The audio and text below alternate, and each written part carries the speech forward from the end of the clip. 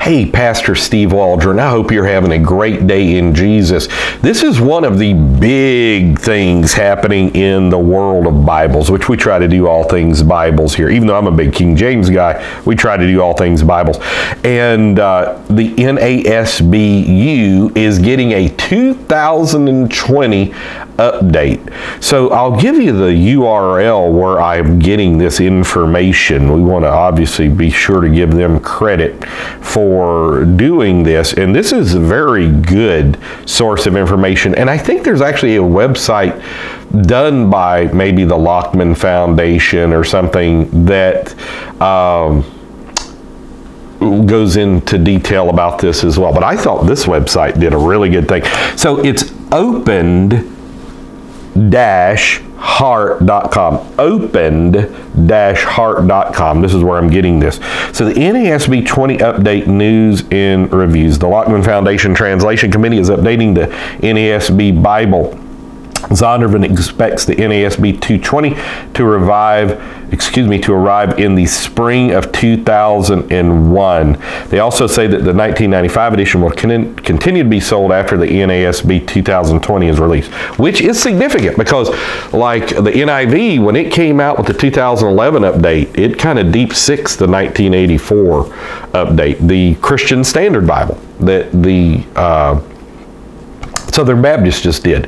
When it came out, they quit printing the Holman Christian Standard, which I have heard a lot of people really like the Holman Christian Standard Bible, and they're really upset by that because evidently it was more like idiomatic, a little easier to read kind of translation. People really like that. CSB may be a little more literal, even though they're using both, which I would consider faulty text-based. So that's kind of interesting. So we'll just look over some things here. Okay, capitalization of divine names and pronouns. I was pleased to learn that the NASB 2020 will continue to capitalize pronouns and names pertaining to God. Few translations still do. For example, when the Holman Christian Standard Bible translation was updated to the Christian Standard Bible in 2017, they dropped the capitalization.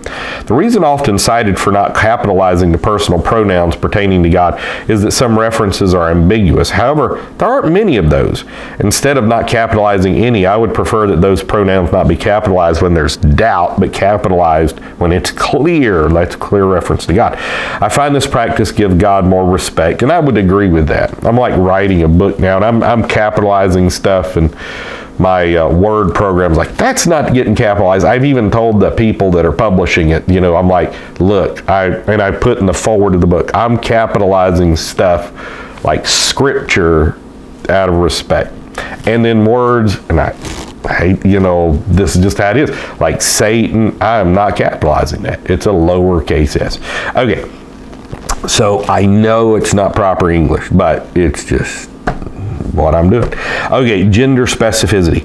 One of the big emotionally charged issues of Bible translation today is how to translate the Greek word brothers. Updated releases in the NIV 2011, Christian Standard 217, and I think the NLT of 215 maybe, have others in many instances changed the historical translation of brothers or brethren to brothers and sisters.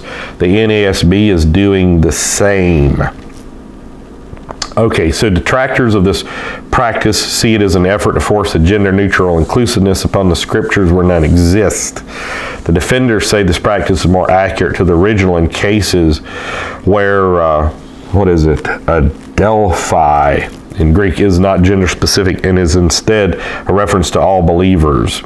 Personally, I prefer brethren, it gives second example. Okay, so, and then it goes into a lot of examples here. So a wordy James 5:16. On November 1st, 2018, James 5:13-18 was posted. In this wonderful passage, only verse 16b, which means the latter half of verse 16, has been changed. The effective prayer of a righteous man can accomplish much. That's the NASB of 1995. The NASB of 2020 says this: a prayer of a righteous person, when it is brought about, can accomplish much. The 2020 is unusually wordy for the NASB. The Greek, although a little difficult, is rather simple. The New Revised Standard Version captures it best, according to them. The prayer of a righteous person is powerful and effective. So you can see, so it's supposed to be like this word-for-word translation, a formal equivalence translation. But okay, so the effective prayer, a prayer of a righteous person. So it's not the effective prayer when it is brought about can accomplish. That is. This has a clearer Isaiah 53:4.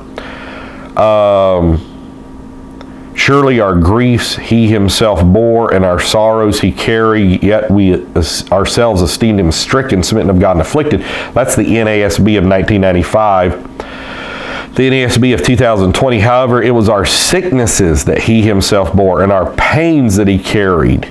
Yet we ourselves assumed that he had been afflicted, struck down by God, and humiliated.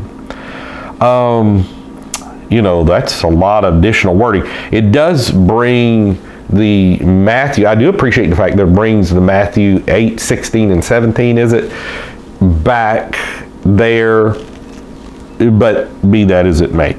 A more accurate Luke 1:26 through 38. We're not going to look at that. A mixed Deuteronomy 31, 1 through 6. Disappointing choices in John 1:14 through 18. So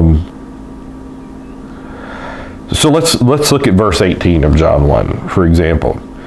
No one has seen God at any time. God, the only Son, the only begotten God, parentheses, who is in the arms, parentheses, bosom of the Father, he has explained him. Yeah, that's not good, is it? Verse 14, let's look at verse 14. And the Word became flesh and made his home among us, and we saw his glory, the glory as the only Son. See, monogenes, or many would pronounce it monogenes, but monogenes, basically genes. I'm Englishizing it.